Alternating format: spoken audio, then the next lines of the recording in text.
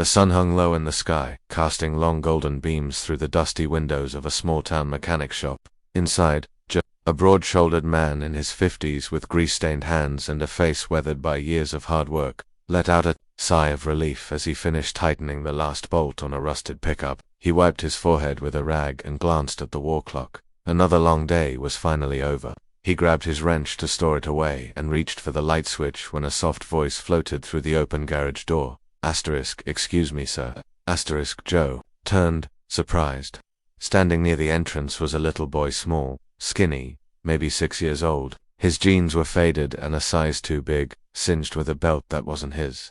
His sneakers were worn down, laces frayed, soles flapping, but what caught Joe's eye was the boy's face, round, innocent, and too serious for someone so young. In his tiny hands, he held out a broken toy car, the front wheel dangling by a thread of plastic. Sir, the boy said again, I don't have a daddy, could you fix this?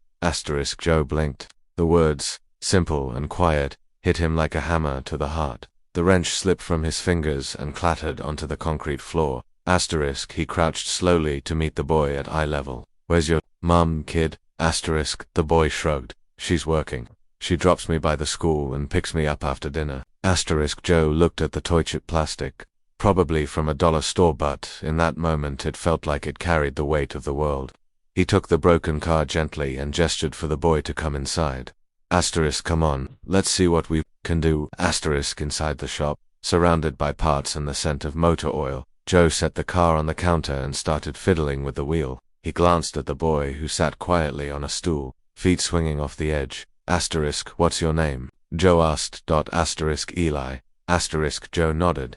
Well, Eli, you came to the right place. As he worked, Eli watched closely, his big eyes following every move. Joe noticed how still he was, not the kind of restless energy you'd expect from a There was something different about him, a kind of quiet strength and sorrow. Where's your dad, Eli? Joe asked gently. The boy answered without looking away from the toy. He went to heaven. Mummy says he was a soldier. He was brave.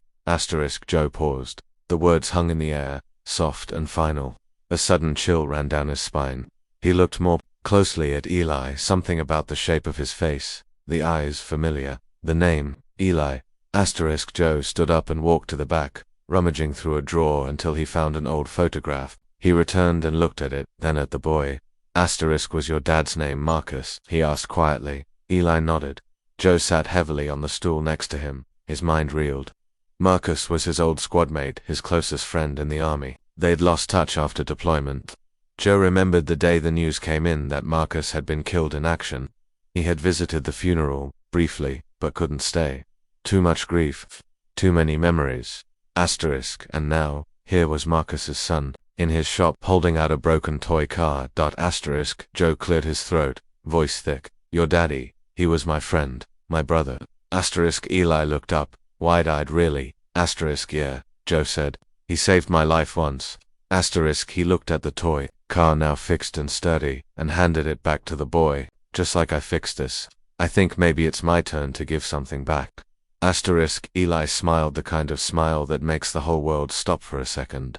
Joe reached into the mini-fridge, pulled out a juice box, and handed it to him. You ever been under a real car? Joe asked. Eli giggled. No, sir. Well, I think your dad would have liked that. You wanna learn?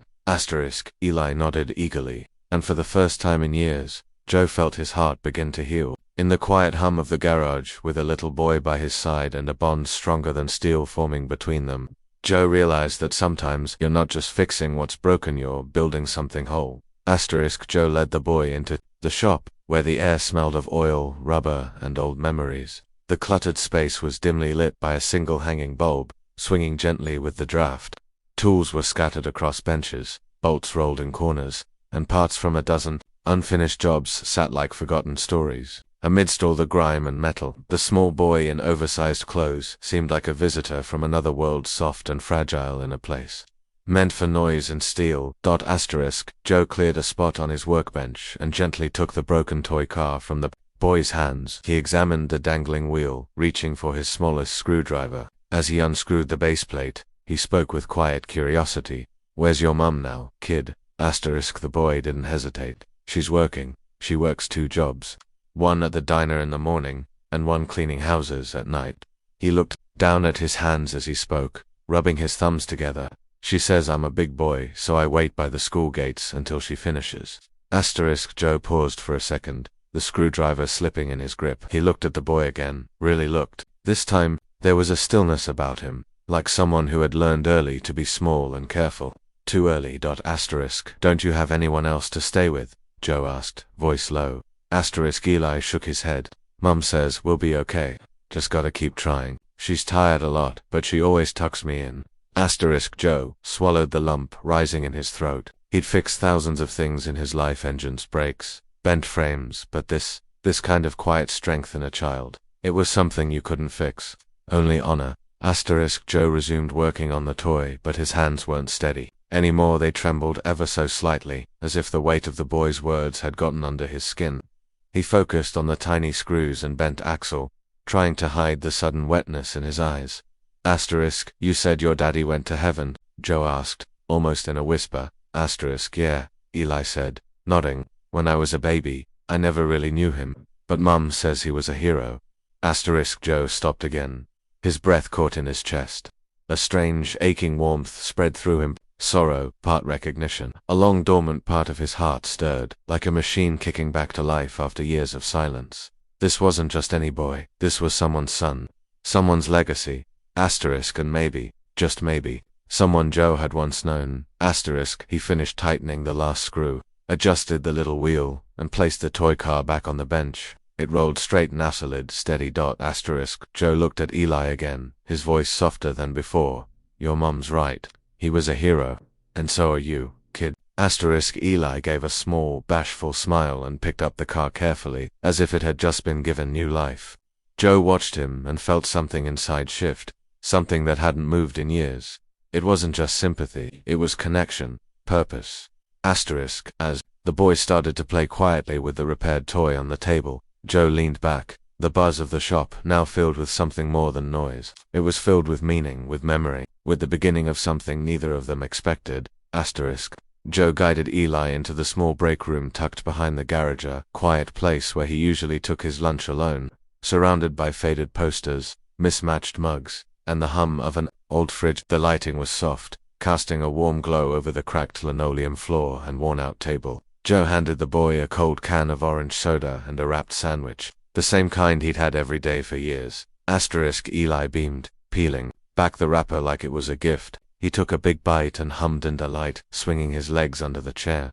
The sight made Joe smile in spite of himself. There was something about the kid, gentle, patient, grateful, that stirred an unfamiliar tenderness in his chest. He watched him for a moment, then turned to grab his own sandwich from the fridge. You like cars, huh? Joe asked, trying to keep things light. Eli nodded. They're cool. Daddy liked cars too. Mummy says he used to fix things all the time. Joe paused at the fridge door, something catching in his breath. He turned back slowly. The boy reached into the pocket of his jacket and pulled out a small, folded photo, creased and worn, edges bent from being handled too often. He placed it carefully on the table, smoothing it out with his tiny fingers. That's him. That's my daddy. Joe set his sandwich down without unwrapping it. His eyes dropped to the photograph and time stopped. The man in the picture was standing proud in an army uniform, his arm slung around a few squid mates. The backdrop looked like the old base in Texas, before they were deployed, and right there, second from the left, was a face Joe hadn't seen in nearly 10 years. Marcus, he whispered, barely able to say the name. Eli looked up. You knew him. Joe's voice caught in his throat. He nodded slowly, his gaze locked on the photo. Yeah, kid, I knew him. He was my best friend. We served together overseas. The boy's eyes lit up. Mum said Daddy had army buddies. She said they were like family. Joe leaned back in his chair, heart pounding. Memories flooded him. Marcus's laugh, his stubborn loyalty, the way he always talked about the baby he couldn't wait to meet back home. And now here was that baby, sitting across from him, eating a peanut butter sandwich and clutching a soda can with both hands. He rubbed his face, trying to process it all. I remember when he found out you were going to be born. He carried the ultrasound picture in his pocket every day, showed it to everyone, even strangers. Eli giggled. Mum still has it. She says he cried when he saw it. Asterisk Joe smiled softly, a wave of emotion rising. Yeah, that sounds like him. Asterisk the silence that followed wasn't awkward, it was heavy. The sun dipped low behind the trees as Joe and Eli walked side by side down the quiet street, the evening light casting long shadows behind them. Joe held the boy's small hand in his own, rough and calloused from years of labor, now gently wrapped around something impossibly delicate. Neither of them said much, but the silence between them felt warm, understood. Eli clutched his freshly repaired toy car to his chest like it was made of gold. Asterisk as they turned onto a cracked sidewalk and approached a weather-worn apartment building. Joe noticed how tired everything looked, the peeling paint, the broken mailbox, the stairwell light that flickered like it couldn't decide whether to hold on or give up. Still, flowers bloomed in chipped pots by the window, and chalk drawings on the concrete told stories of childhood defiance against hardship. Asterisk they reached the first floor door, and before Eli could knock, it creaked open. A woman stood there, young, but her eyes carried years. Her hair was pulled back hastily, her clothes wrinkled from a long day. The exhaustion on her face melted the moment she saw her son safe and smiling. Asterisk Eli, she breathed, rushing forward to wrap him in her arms. You scared me, I told you not to wander. Asterisk I didn't. Eli grinned. I found Mr. Joe. He fixed my car. Asterisk she looked up, noticing Joe for the first time. Her expression shifted, curious, guarded. But then her eyes narrowed, scanning his face. Asterisk you're, she whispered, stepping forward. Joe from the base. Asterisk Joe nodded slowly. Yeah. Asterisk her breath caught. She put a hand over her mouth, her eyes beginning to shimmer with tears. Marcus used to talk about you all the time. You were his best friend. Asterisk Joe looked down, heart tightening. He was mine too. Asterisk the silence was thick with memories. Neither of them dared to speak aloud. She stepped aside to let them in, but Joe hesitated, standing on the threshold of something far more important than just a home. Asterisk if it's all right with you, he said, voice steady but low, I'd like to be around. For Eli, teach him some things. Be someone he can look up to like Marcus would have wanted. Asterisk she looked at him for a long moment, this man with tired eyes and a kind soul hidden beneath grease and denim. Then she smiled through her tears, small but certain. Asterisk you'd be doing more than Marcus could have ever asked for. Asterisk Joe nodded, his throat too tight to speak. He knelt to Eli's level, ruffling the boy's hair. Asterisk I'll see you tomorrow, partner. Asterisk Eli grinned wide. Promise, Joe said, as he turned to walk back toward the garage.